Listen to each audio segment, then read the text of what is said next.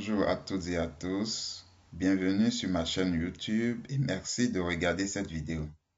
Cette vidéo est la deuxième de la série consacrée à la formation sur l'analyse des prix des actions avec le langage Python.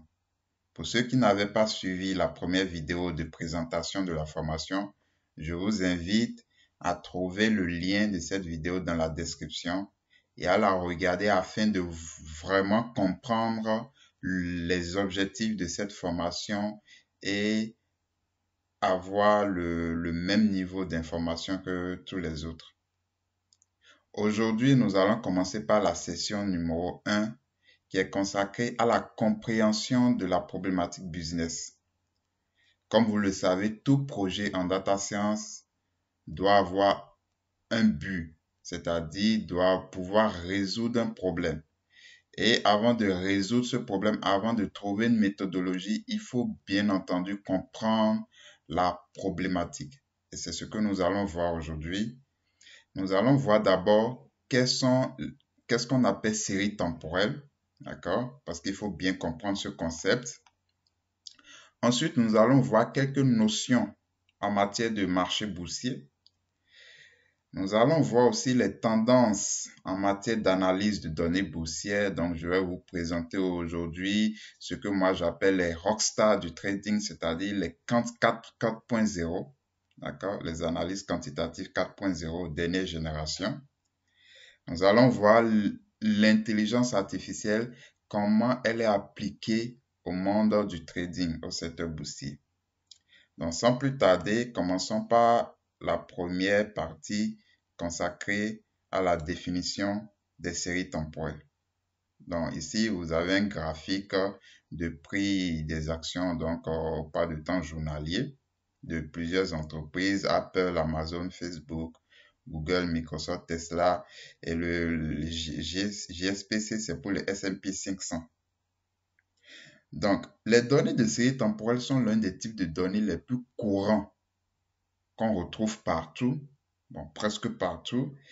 Les séries temporelles se retrouvent dans une grande variété de domaines comme vous avez les données climatiques, vous avez par exemple les données sur la pluie, la concentration de CO2 dans l'atmosphère. Vous savez, aujourd'hui, on parle beaucoup de changement climatique. Donc, le CO2 est l'un des paramètres qu'on mesure au fil du temps. Vous avez la température. Donc, ça, ce sont des données météorologiques qui ont un facteur temps. D'accord? Donc, la pluie pendant l'été n'est certainement pas la même chose que la pluie pendant l'hiver et vice-versa. D'accord? Donc, le temps qu'il fait à 6 heures n'est certainement pas le même temps qu'il fait à 15 heures. Donc, ça, c'est des paramètres qui sont fonction du temps. Donc, on a des séries temporelles. Vous pouvez retrouver aussi les séries temporelles en finance, d'accord? Dans le monde de la finance, avec des données comme les prix des actions, ce qu'on appelle les stock price, le prix du pétrole, le prix de l'or ou d'autres métaux précieux, d'accord? Le produit intérieur brut d'un État, les prix des matières premières. Donc, tous ces paramètres aussi, toutes ces variables, d'accord, sont fonction du temps. Vous avez les données démographiques, donc là, le taux de natalité, le taux de mortalité, et l'évolution de la population, etc. Vous avez dans le monde des affaires, vous pouvez constituer des données sur les ventes, d'accord? Le premier jour, et le lundi, mardi, etc. Donc, vous avez l'évolution des ventes au fil du temps. La fréquentation des clients d'une boutique.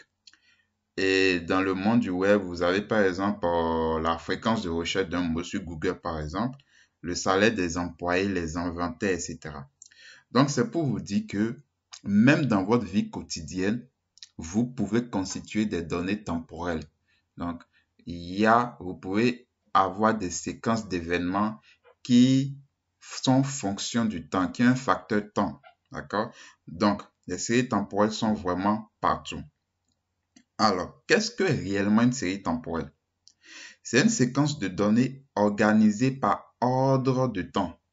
D'accord? Ça peut être la minute, l'heure, le jour, le mois, l'année, etc.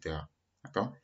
Et il faut savoir que, et ceci est très fondamental, que la séquence capture les données dans un espacement temporel régulier. Donc, il y a ce mot d'espace temporel régulier. Il faut que ça soit vraiment régulier. Si votre fréquence est journalière, donc il faut avoir cette fréquence journalière-là de façon régulière. D'accord? Donc, il faut savoir que, étant donné que les séries temporelles sont partout, d'accord? Savoir les manipuler, les analyser est une compétence majeure, très importante pour n'importe quel data analyst ou data scientist. Parce que vous avez 100% de chances de tomber sur ce genre de données dans votre profession. D'accord? Donc, il faut pouvoir acquérir cette compétence-là. Voici quelques applications des séries temporelles.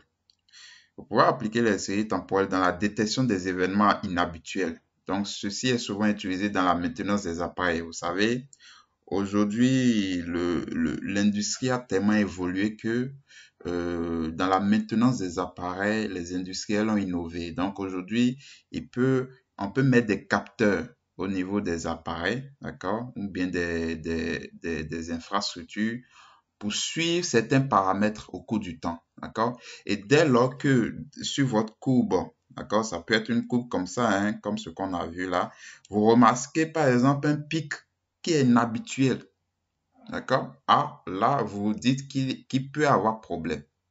Et là, on envoie une équipe aller vérifier sur le terrain. Donc, ça, c'est une application très intéressante des séries temporelles. D'accord? Vous pouvez aussi prévoir, donc faire des prévisions macro et microéconomiques et pour fixer les taux d'intérêt des monnaies. Donc ça, c'est les banques fédérales, les banques centrales au niveau de chaque pays qui font ce genre de travail. Il y a des spécialistes qui font ces prévisions, d'accord, macro, microéconomiques, afin de pouvoir fixer les taux d'intérêt et de ne pas avoir un taux d'inflation vraiment énorme, d'accord?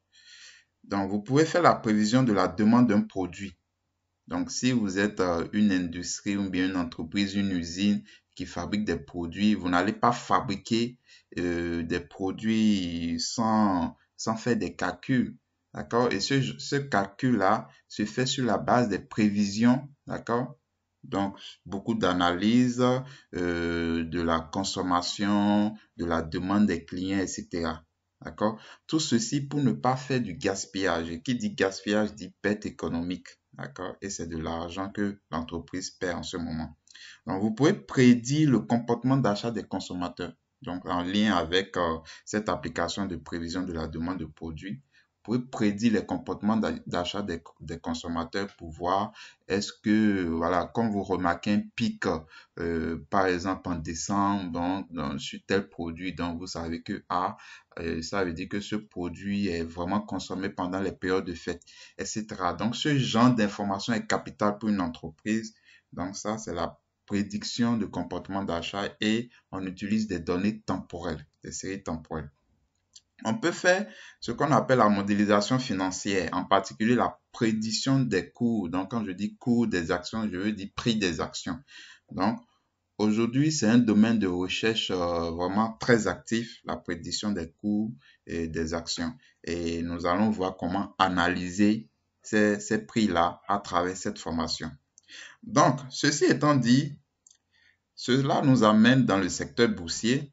Nous allons voir quelques notions du marché boursier afin de vous permettre un peu de démystifier ce secteur-là, parce que plusieurs personnes pensent à tort que le secteur boursier, le marché boursier est réservé aux spécialistes, aux gens qui ont fait de grandes écoles de commerce, qui sont des spécialistes, des experts soi-disant de la finance. Non.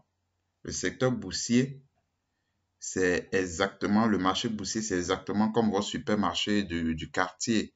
D'accord? Au supermarché, on ne fait pas de distinction socio-professionnelle. D'accord? Aussi bien le banquier peut aller faire ses courses que l'étudiant lambda peut aussi aller faire ses courses. Donc, dans le marché boursier aussi, chacun peut y entrer et faire des affaires, acheter des actions. De faire cette démystification à votre niveau, je vais vous donner quelques définitions. D'abord, qu'est-ce qu'on appelle bourse? La bourse, c'est quoi?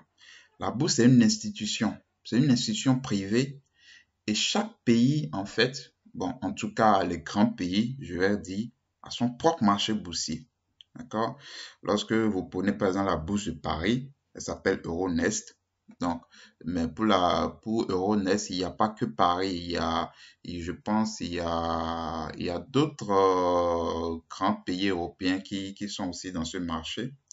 La London Stock Exchange, qui est la bourse de Londres, les bourses des États-Unis, donc le Nasdaq, la NYSE, ce qu'on appelle NYSE, New York Stock Exchange. D'accord? Ça, ce sont des marchés boursiers. Et vous pouvez aussi en trouver dans d'autres pays, en Chine, au Nigeria, en Côte d'Ivoire, etc. L'écosystème boursier, il faut savoir que cela est bien régulier et chaque acteur a un rôle bien précis. D'accord? Donc, dans le marché boursier, en tant qu'individu, personne physique ou morale, vous pouvez acheter des actions de sociétés cotées en bourse. Qu'est-ce qu'on appelle une société cotée en bourse? C'est une société qui a ouvert son capital au public. Donc, vous pouvez acheter des actions de cette société-là et donc devenir un actionnaire de la société. Et de façon régulière, l'entreprise fait un bilan, d'accord? Et quand quand le bilan est positif, donc il y a des bénéfices, ces bénéfices sont partagés entre les actionnaires selon le pourcentage d'actions que chacun détient. D'accord? Donc, je ne vais pas rentrer dans les détails ici, mais c'est le principe général. Et ce partage-là, en fait, c'est ce qu'on appelle les dividendes. Donc, si vous avez, par exemple, je suppose, 50% des actions de la boîte, ça veut dire que vous allez prendre de manière simple 50% du gâteau. D'accord? Le gâteau étant ici le bénéfice. Passons maintenant à la définition d'un des acteurs du secteur boursier, d'accord, la définition de trader pour atterrir un peu sur nos pieds. Le trader, c'est quoi? C'est qui, en fait? Le trader, c'est qui? C'est un négociateur de valeurs. Ici, nos valeurs, les valeurs dont on parle ici, c'est des actions. Donc, ce négociateur est engagé par une banque ou une société d'investissement. Il a une certaine expertise du monde financier et une certaine expertise en analyse économique. Et son rôle majeur est d'anticiper les fluctuations boursières afin d'engendrer des profits. Donc, il ne va pas sur le marché pour acheter n'importe comment et n'importe quand. D'accord?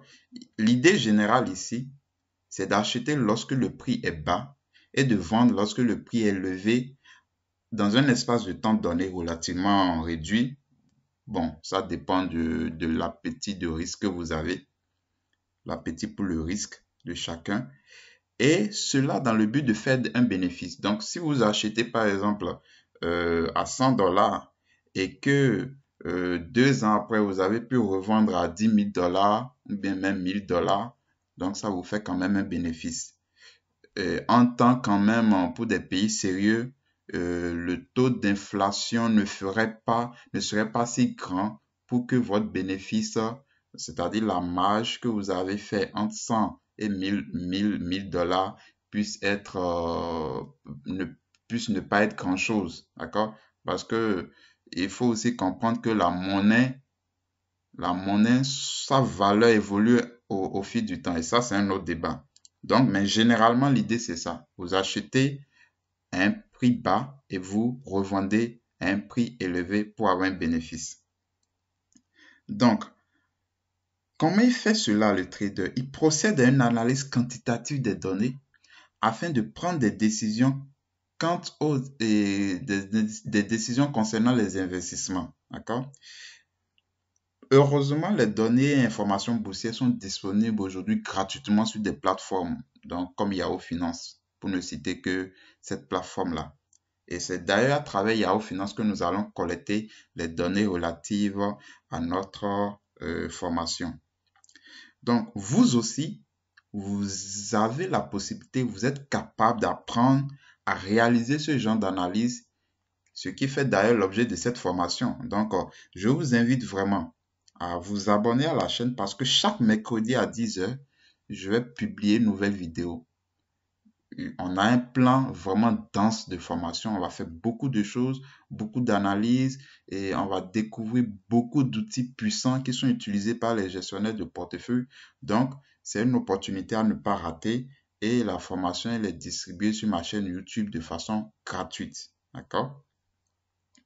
Dans cette formation, donc, je vais vous apprendre comment calculer les rendements. D'accord? Comment calculer diverses mesures du risque. Donc, en matière de risque, dans ce genre d'investissement, il n'y a pas une seule façon de calculer le risque. Il y a plusieurs méthodes de calcul et on va apprendre comment le faire et comment les interpréter. Donc, on va faire de la statistique, mais de la statistique appliquée. D'accord? On va apprendre à construire et optimiser des portefeuilles. Nous allons voir ce que c'est qu'un portefeuille, mais pour vous donner une idée, c'est que les investisseurs n'investissent pas dans une seule action. Ils vont pas juste aller investir dans l'action de Tesla, par exemple. Ils vont investir dans Tesla, dans Microsoft, dans Apple. Voilà. Et ça, ce sont des exemples. Je ne donne pas des avis financiers ici. Tout ce que je dirais est dans un but purement pédagogique. D'accord? Donc, le portefeuille, c'est un ensemble d'actions. D'accord? Donc, on va apprendre à construire et optimiser des portefeuilles. On va utiliser deux librairies, particulièrement deux librairies super puissantes de Python pour automatiser les analyses financières. Passons maintenant aux tendances en matière d'analyse de données boursières. D'accord? Nous allons voir ce que moi j'appelle les rockstars du trading. C'est-à-dire, c'est les analyses Quant 4.0, dernière génération. D'accord? Alors, cette image doit déjà vous donner une certaine idée de ce dont je veux parler. Ce genre de personnes, ils ne sont pas forcément des spécialistes de la finance, mais ils comprennent le secteur financier dans sa globalité. D'accord? Et aujourd'hui, je peux vous dire que je n'ai pas fait d'études en finance. Ce que je connais dans ce domaine-là aujourd'hui, c'est de l'auto-formation que j'ai effectuée. J'ai fait des recherches, j'ai payé des bouquins, je me suis auto-formé en ligne. Donc, c'est accessible à tout le monde. Il n'y a pas besoin d'avoir un doctorat en finance ou bien de faire une grande école de commerce pour être spécialiste et soi-disant expert de la finance. Aujourd'hui, la connaissance est accessible à tout le monde, si tant est que vous aimez apprendre. Ce genre de personnes aussi, que j'appelle les rockstars du trading, ils savent programmer dans des langages comme Python. Python, c'est un langage extrêmement polyvalent. C'est un langage vraiment puissant qui peut vous permettre de faire des analyses de manière aisée et très facile. Ils savent utiliser des outils type boîte noire pour effectuer des analyses quantitatives. Je mets l'accent sur boîte noire. Aujourd'hui, vous calculez des écarts types, des moyennes, des covariances, etc. D'accord? Ça, c'est des statistiques qu'on peut faire. On peut le faire à la main, d'accord? Mais aujourd'hui, il y a des fonctions qui sont implémentées dans des librairies, d'accord? Qui ont déjà, ou des personnes ont déjà codé pour vous. Et vous n'avez qu'à appliquer. D'accord? C'est un peu ça l'idée d'une boîte noire. Vous avez l'outil, il y a plein de choses à l'intérieur dont vous n'avez pas besoin forcément de connaître comment ces choses-là ont été agencées à l'intérieur, mais il faut savoir comment utiliser l'outil et qu'est-ce que l'outil donne comme résultat. Nous allons voir ce genre d'outils, d'accord? Je vais vous montrer particulièrement deux librairies super puissantes utilisées en matière d'analyse quantitative. Et ce genre de personnes, pour finir, peuvent prendre des décisions sur la base des données afin de mieux conseiller les investisseurs ou les gestionnaires de portefeuille. D'accord? Donc voilà, c'est leur rôle. Donc, nous allons voir aussi quelques autres rôles qu'ils ont. D'accord? Les analystes Quant, ils font du data mining pour comprendre les données et en tirer des informations utiles. Donc, ce qu'on appelle analyse exploratoire des données. Nous allons aussi le faire. Ils savent calculer les rendements et les risques. Donc, ils font de la statistique appliquée. Ils savent modéliser la volatilité. Nous allons voir tout ce que ça signifie. C'est le risque. la volatilité d'une action. Et ça a généré des facteurs de risque et modéliser les profits de ces risques-là. Et ça fait la répartition des actifs et optimiser un portefeuille. Ils savent analyser en temps réel pour améliorer leur optimisation. Donc, lorsque vous avez fait une optimisation de portefeuille, cela ne reste pas figé, c'est quelque chose qui évolue au cours du temps. Donc, ce genre de personnes-là, avec leur expertise en analyse de données, savent construire des genres d'automates de process pour analyser en temps réel, d'accord, les choses. Donc, dès qu'ils reçoivent de nouvelles données, le modèle est mis à jour de façon régulière. Et c'est ça que nous allons apprendre à faire aussi pendant cette formation. Alors, pour finir, nous allons voir l'application de l'intelligence artificielle dans le monde du trading. Et déjà, cette image aussi doit vous donner une idée déjà de ce que je veux dire. D'accord? Aujourd'hui, il faut savoir qu'il y a une montée puissante des sociétés spécialisées dans l'application de l'intelligence artificielle dans le secteur boursier. D'accord? J'ai mis ici un lien pour voir quelques exemples de ces sociétés-là et nous allons cliquer sur le lien. D'accord? Ici, vous voyez, on va voir quelques sociétés. Donc ici, on dit, il y a cette société qui est à Chicago, Trading Technology. D'accord? Eux, ils utilisent l'intelligence artificielle pour aller sur le marché boursier. Donc, ça veut dire que les algorithmes sont capables d'analyser de grandes quantités de données et en temps réel. D'accord? Il y a Green Key Technology. D'accord? Vous voyez, c'est des jeunes personnes avec des compétences diverses. D'accord? Il y a plein de sociétés qui utilisent aujourd'hui l'intelligence artificielle pour faire du trading. D'accord? Donc, le trading, voilà, ce n'est plus l'apanage des soi-disant experts en finance. D'accord? Aujourd'hui, si vous apprenez cette expertise-là, de pouvoir analyser les données, de pouvoir faire des modèles, d'accord? Vous aussi, vous pouvez être un bon conseil déjà pour les investisseurs ou pour les gestionnaires de portefeuille. Vous pouvez créer des algorithmes, comme je vais vous le montrer. Vous pouvez créer des algorithmes et vendre même ces algorithmes-là à ces genres d'organismes. D'accord? Donc, voilà quelques exemples de sociétés qui se développent dans ce domaine. Il y a plusieurs organisations financières et instituts de recherche dans le monde qui se spécialisent dans l'utilisation du machine learning et du deep learning en finance. D'accord? Vous aussi, comme je le disais tantôt, vous pouvez contribuer à ces recherches. Ici, je vous ai mis deux sociétés, ces deux communautés, Quantopian, que vous connaissez sûrement, énumérées. D'accord? Ces deux plateformes vous permettent de... Déjà, ils ont des tutoriels d'abord pour apprendre et ils vous permettent d'entraîner vos algorithmes de trading, d'accord, de les concevoir, de les entraîner, de faire du backtesting. Nous allons voir dans la formation, au cours de la formation, ce qu'on appelle le backtesting. Et lorsque ils organisent des compétitions, d'accord, lorsque c'est votre algorithme qui remporte la compétition, déjà vous avez un prix, d'accord, ça peut être une somme d'argent.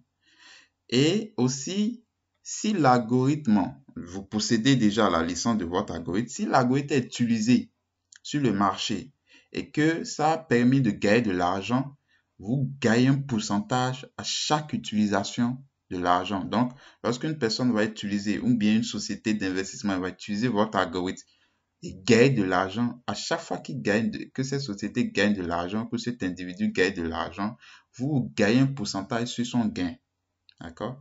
Et ça, c'est pas mal. Et il y a beaucoup de jeunes développeurs, beaucoup de jeunes data scientists qui apprennent, d'accord, cette expertise et qui vont sur cette plateforme créer des algorithmes de trading. Donc, je vous invite vraiment à vous y intéresser. Alors, concrètement, quelles sont les applications des algorithmes de machine learning ou de deep learning dans le domaine boursier.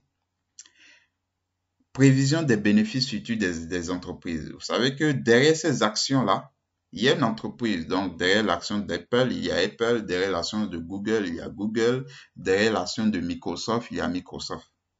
Donc, il faut quand même pouvoir aller analyser un peu les bénéfices de ces entreprises-là. Parce que si l'entreprise fonctionne bien, ça veut dire que ces actions aussi sur le marché se comporteront très bien. D'accord? Donc, il faut pouvoir faire des prévisions à ce niveau aussi. Et l'une des applications majeures de deep learning, de machine learning dans le domaine boursier, c'est la prévision des futurs prix des actions. D'accord? On veut prévoir le futur. Donc, vous avez des données aujourd'hui. On est le 4 novembre. Cela veut dire que nous avons les données boursières jusqu'au 3 novembre. Alors, ce qui intéresse l'investisseur, c'est comment va se comporter, même s'il ne va pas connaître au détail près, comment va se comporter ces prix-là dans 1 an, 5 ans, 10 ans, etc. Donc, il y a des personnes qui se spécialisent dans la modélisation des prix des actions. Il y a aussi la modélisation du comportement des acteurs principaux des marchés boursiers. Il faut savoir que les prix, les actions subissent, d'accord, des chocs extérieurs et sont exposés à des facteurs, d'accord. Les facteurs peuvent être de tout genre vraiment, d'accord. Il peut avoir même les informations, voilà, quand le coronavirus a été déclaré comme pandémie mondiale, tous les marchés presque étaient en panique totale. Comme nous allons le voir aussi dans la formation. Donc, ce genre d'événement aussi constitue des facteurs pouvant influencer les prix. Donc, il faut aussi pouvoir modéliser cela. D'accord? Ici, on parle d'analyse des sentiments, d'accord? Pas des algorithmes du traitement de langage naturel. D'accord? Il y a aussi la modélisation en temps réel avec les réseaux de neurones. Et surtout, il y a ce qu'on appelle les robots advisors. Les robots advisors, voilà, c'est un peu l'image que je vous ai montrée au début.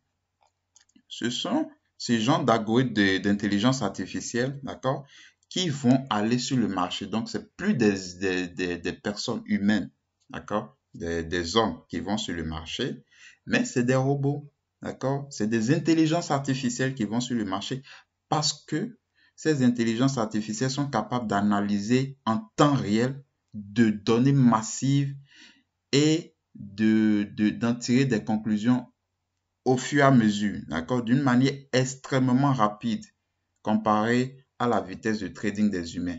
Donc aujourd'hui, il est clair que certaines sociétés ont construit ce genre d'intelligence artificielle très efficace qui vont sur le marché et qui permettent aux investisseurs vraiment de gagner de l'argent. D'accord? Donc, voici un peu quelques applications de l'intelligence artificielle au monde boursier. Donc, voilà un peu ce que nous allons faire au cours de cette formation-là.